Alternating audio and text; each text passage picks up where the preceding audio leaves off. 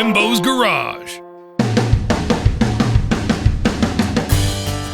Good afternoon, everyone. Welcome back to Jimbo's Garage. Well, today we're going to be fabricating a portable welding cart for the HTP MIG 130 to better help me get the machine and some welding accessories around the job site. Let's get started.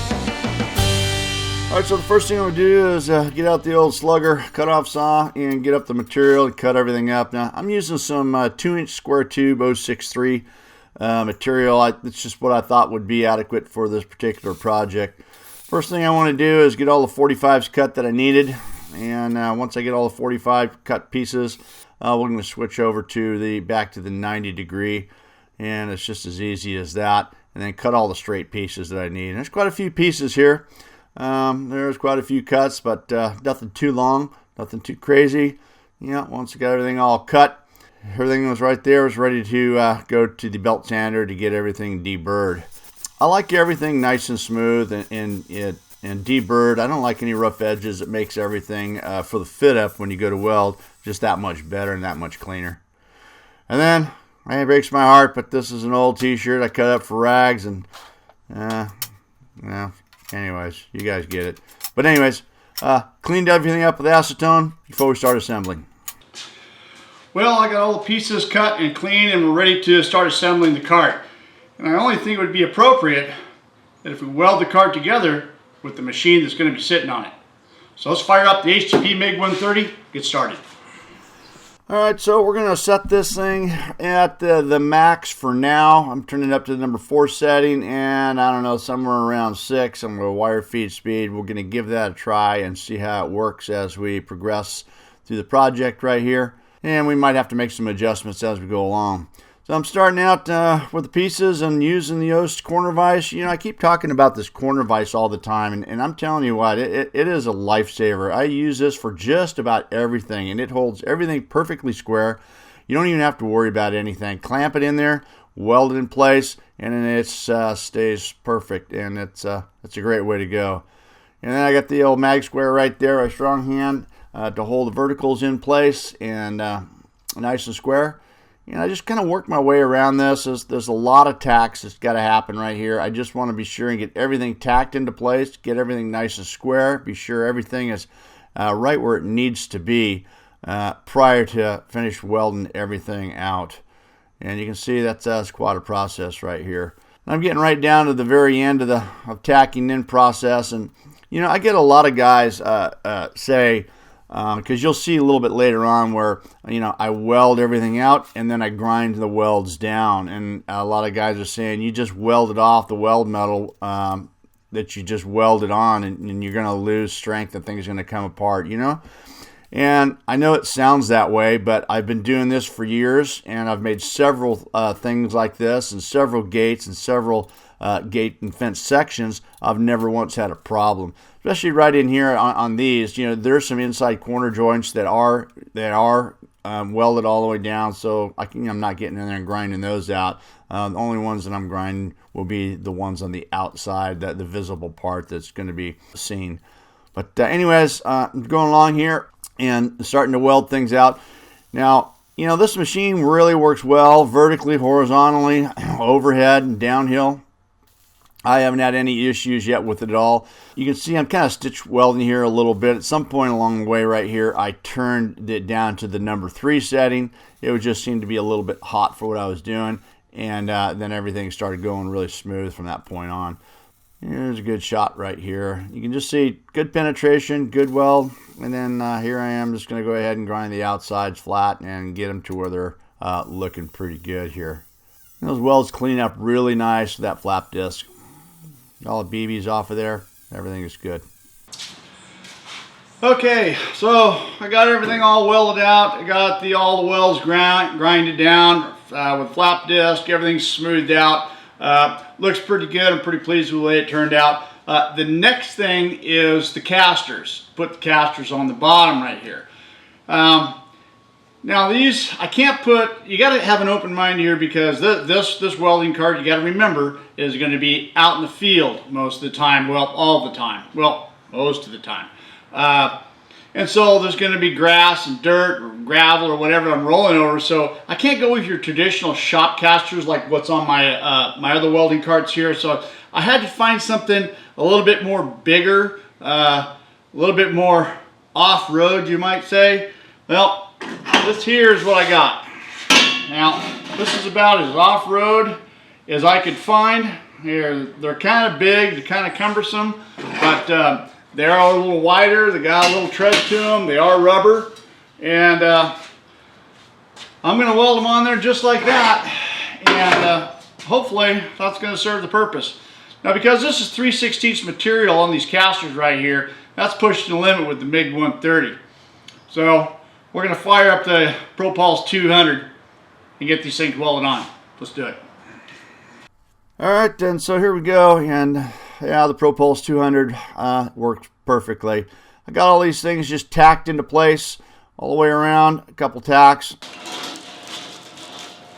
Well, it seems to roll pretty good. It's nice and flat, nice and level.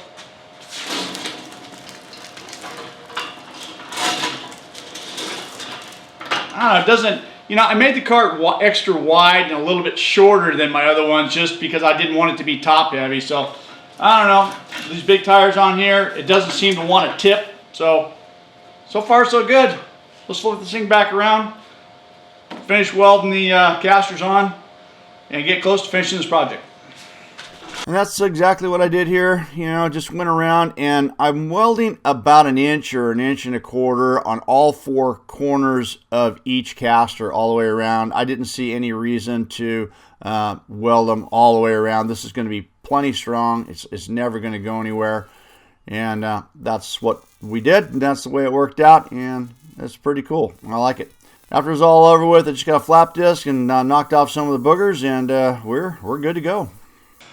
Okay, so we're getting close to the end right here, and the cart's almost done. There's one thing I got to do is put a lead holder on here, and I want to do it similar to the ones I have on my welding cart over there. Ironically, I have this piece left over right here that I had left over when I made the lead holders for my other cart, and I just happened to find it in my scrap bin. This is going to work out perfect. It's a little rough. I'm just going to get the grinder, clean things up a little bit, and then we'll be able to make something that's very similar to what I have on my other carts and get it put on here, and this thing will almost be complete. Let's do it. Alright, well there's what I have on my other carts right there, and I gotta say that it works out really good. You know what, it's just a little stem that sticks up with some ears on it, and I've never had any problems with it. It actually works out perfect, so I think this is going to work out good for this cart as well. Well, basically I cut this out with a plasma cutter back when I did several months ago, and this is just what I had left over. So just take the flap disc, I just want to grind it, grind all the dross off, keep everything nice and flat and soften up the edges. Then I'm over here at the portaband, and I'm cutting the ears out. Now this is an 1/8 inch by 1.5 inch flat bar stock, and then over to the belt grinder to round the edges on the one side, so we don't have any issues with sharp edges with the leads. Once I got it all done, then it's time to start assembling everything. Now, this is just a 1.5 inch square tube. It's about 18 inches long, the stem, and I just found the center and then went ahead and welded that all the way around, and then it's time to stick these ears on. Now, on the other cart, I just had 2 ears, and I put them, spaced them out differently. On this one, I'm putting 3 on each side, right in the same spot, just something a little bit different. I'm sure that'll be just fine. Once I got those welded on, again, I just want to soften things up with flap disc. No sharp edges. I don't want anything to look bulky. It just want everything to be nice and smooth and have that finished look. So I found the center of the cart. Pretty simple, and then just stuck the lead right on there and be sure everything is square when I welded it on. And you know, that the height wise is about 16 inches, and that's perfect. That's right near the very top of where the welder's going to be, so that's going to be good. And just the flap disc, grind off the edges, and there it is. The cart's complete. I got some paint on it, and everything turned out really good. I'm really pleased at the way that turned out. Rolls real nice at this point. And now the only thing left to do is to put the top and the bottom on. And I'm using 3/4 plywood for that, and I know I get a lot of slack in the Comment sections, why are you using plywood on a welding cart? It should be metal of some sort. Well, you know, my welding table and all 3 of my other welding carts all have wood. I've never had any issues with it.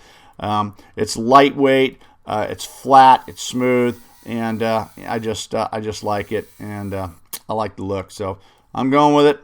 And I only need a couple pieces right here.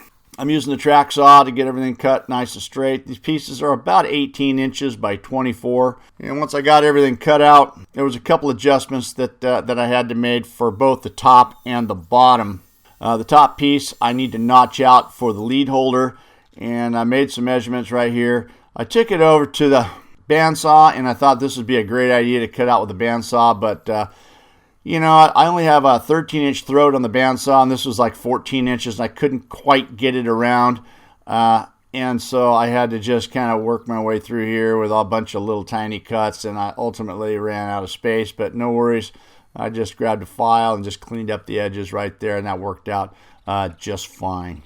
For the lower shelf, a little bit different. You know, I've got 4 posts to deal with, so I marked and cut out all 4 corners, and I cut them a little bit wide, a little bit bigger than the actual posts themselves.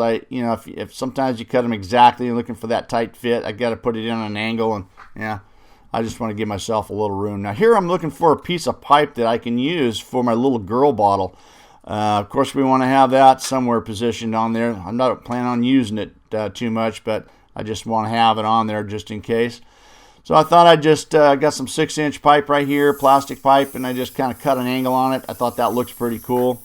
It's going to hold it in place, you know, and have access to the valve and everything. So just by cutting it out right here and then using the jigsaw all the way around, yeah, cut that out. And the idea is to drop that pipe down in there and put a couple screws on the inside, and hoping that's going to hold it in place. That's at least what I was thinking, and that in fact is exactly what it did. And you know, I only put 2 screws in right here, and the thing was in there solid, but I went ahead and drilled and put like 5 or 6 all the way around, and I gotta admit that was pretty slick, pretty smooth. That worked out really nice. And so I'm just pre-drilling holes to mount it to the top and bottom, and getting some countersinks in. And I did make a mistake on the top shelf right here. You can see I'm drilling holes all the way around. Well, in fact, there's not cross pieces on the top right there. The bottom went in nice and smooth all the way around, nice and solid. And when I got to the top piece, I realized that I only have screws on the front and back, not on the sides. But oh well, for the sake of the video, I just looked like I put them in there, and ultimately I just took them right out. Alright, well there it is. The HTP MiG 130 welding cart is complete, and I gotta say it turned out every bit as good as I hoped it would. I got room for my little girl bottle on the bottom just in case I need it, and I got a bag of tools, a grinder, gloves, and a helmet if I need so. So I think this is going to work out really good for me out in the field. I hope you guys enjoyed this video. Thanks for watching. Don't forget to rate, comment, subscribe for more videos. See you next time on Jimbo's Garage.